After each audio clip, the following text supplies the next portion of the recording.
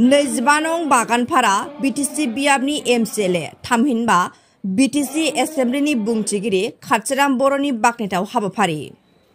बिटिसिनि एमसिएलए एबा बुंथिगिरि जानायनिफ्रायनो बिथाङा सोलोंथाइ बिथिङाव गोसो होना खामानि मावनायखौ नुनो मोन्दों। बिटिआर गोरोबथानि उनाव बिटिआरआव गोजोननि बार बारदों। बे समावनो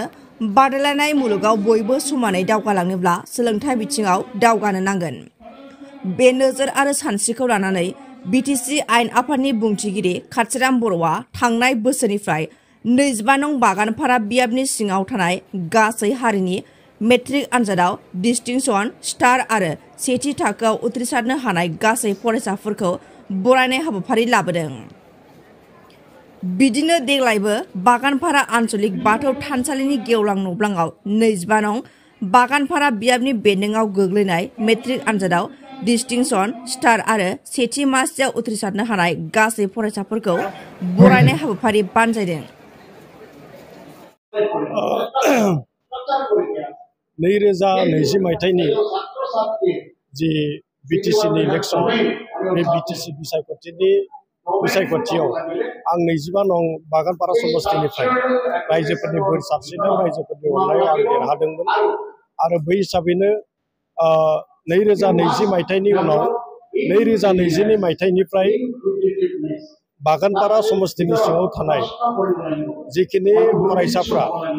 मेट्रिकआव सेथि थाखोआव उथ्रिसारनो हायो, बे मेट्रिकआव सेथि थाखोआव उथ्रिसारनो हानाय जि बरायनाय हाबाफारि, बे बरायनाय हाबाफारिखौ आङो 22 मायथाइनिफ्रायनो बेखौ खालामबोबाय थादों। 22, 23 आरो देग्लाय बे 24 मायथाइ, बे 2024 मायथाइयाव दाखालि बावैयो जिहेतु मेट्रिकनि रिजाल्टआ होजाबाय आरो मेट्रिकनि रिजाल्टआ होनानै गेजेरावनो गासैबो माने बिसायख'थियाव मुखुब दङमोन आरो बेखौ फोजोबनायनि उनावनो दिनै नैबे 2024 मायथाइनि मेट्रिक परिखायाव सेथि थाखोआव उथ्रिसारनो हानाय जिखिनि फरायसाफोर, बे फरायसाफोरखौ आं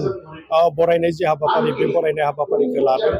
आरो गमामायैनो 2023 मायथाइनिफ्राय बेखौ 22 मायथाइनिफ्राय जोङो बेखौ नायबोबाय थादों आरो बेवहाय पास खालामनायनि जि मोनसे अनजिमा, बे अनजिमाया बियो बारायबोबाय थादों आरो देग्लायबो प्राय 390 फरायसाफोरा जोंनि 25 नं बागानपारा समस्तिनिफ्राय सेथि थाखोआव बा फार्स्ट डिभिजनाव उथ्रिसारनो हादों। बेनिनो माखासे स्टार, माखासे डिस्टिंसन आरो माखासे सिम्पल फार्स्ट डिभिजन, दा गासै 390 फरायसाफोरा उथ्रिसारनो हादों। आरो बे बरायनायनि जि मोनसे हाबाफारि, बे बरायनायनि हाबाफारिजों बेवहाय फरायसाफोरखौ थुलुंगा होनायनि जि मोनसे थांखि, बे थांखिखौ लानानै बे हाबाफारिखौ खालामनाय जायो। आरो बे हिसाबैनो जिखिनि थांनाय समफोर, बे थांनाय समफोराव बेनि जि मोनसे फिथाइ, बे फिथाइया मोजां, गाज्रि नङा। आरो बे बरायनाय हाबाफारिनि गेजेरजों गोबां फरायसाफोरा थुलुंगा मोननो हायो आरो बे थुलुंगाखौ लानानैनो बिथांमोना, अनजालु फरायसाफोरा गावबा गावनि जि मोनसे केरियार, बे केरियार दानायनि सायाव बिथांमोना गोसो होयो। आरो बे मोनफ्रोमबो जिखिनि बरायनाय हाबाफारि, बे बरायनाय हाबाफारियाव गोबां फुंखा सुबुंखौ बेवहाय हांख्रायनानै लाबोनाय जायो। आरो बे हिसाबैनो फुंखा सुबुं बिथांमोना फरायसाफोरनो जिखिनि माखासे बाथ्रा बुंनांगौ थायो, बेफोर बाथ्राफोरखौ बुङो आरो फरायसाफोरा बेखौनो लानानै गावनि जि इयुन जिउ दानाय, बे इयुन जिउ दानायखौ बिथांमोना आवगायलाङो। दिनैनि बे हाबाफारियाव नोंथांमोना नुखाबाय, बे बारग' IPS जोंनि सुबुंखाता ओनसोलनिनो देबराज उपाध्याय बिथांखौ सासे बुंथिगिरि आलासि महरै बेवहाय हांख्रायनानै लाबोनाय जादों। बिथाङा फरायसाफोरजों जोबोद मोजाङै इन्टारेक्सन खालामदों, मत बिनिमय खालामदों। आरोबाव जोंनि बिटिआरनि स्किल डेभेलपमेन्टनि एडभाइजार बिथां रन्जन कुमार बरुवा बिथाङाबो one of the speaker guest हिसाबै बेवहाय बाहागो लादों। गमामायैनो बिथांमोननि जिखिनि बिबुंथि, बिथांमोननि जिखिनि माने थुलुंगाखां बोसोन, बे थुलुंगाखां बोसोन आरो बिबुंथिफोरा फरायसाफोरखौ मोजाङैनो थुलुंगाखांहोयो। आरो बिथांमोना बे थुलुंगाखां बिबुंथिखौ लानानैनो गावनि इयुन जिउखौ दानायनि जि मोनसे मा होननानै बुंदों जि मोनसे गरन्थ बेखौ लायो बे दिनैनि समाव जोङो नुनो मोनदों बे जोंनि 25 नं बागानपारा समस्ति बायदियैनो जोंनि जि बिटिआर ओनसोल बे बिटिआर ओनसोलाव जि सोलोंथाइनि मोनसे थासारि सोलोंथाइनि जि मोनसे जौगानाय बे जौगानायखौ जोङो नुनो मोनदों 2024 मायथाइनि जि मेट्रिक परिखानि फिथाइ बे फिथाइयाव चिरां जिल्लाया सेथि आसामनि बिथोराव सेथि जिल्ला हिसाबै माने मा खालामनो हाबाय मासि आवग्रिनो हाबाय आरो बेनिफ्राय दाखालि बावैयो फोसावनाय जि हायार सेकेन्डारि परिखानि जि फिथाइ बे फिथाइयाव बाक्सा जिल्लाया जि आरिमु बिफान बे आरिमु बिफानाव सेथि जिल्ला हिसाबै माने मासि आवग्रिनो हादों तामुलपुर जिल्लाया बिगियान आयदायाव सेथि मासि आवग्रिनो हादों आरो बाक्सा जिल्लाया थामथि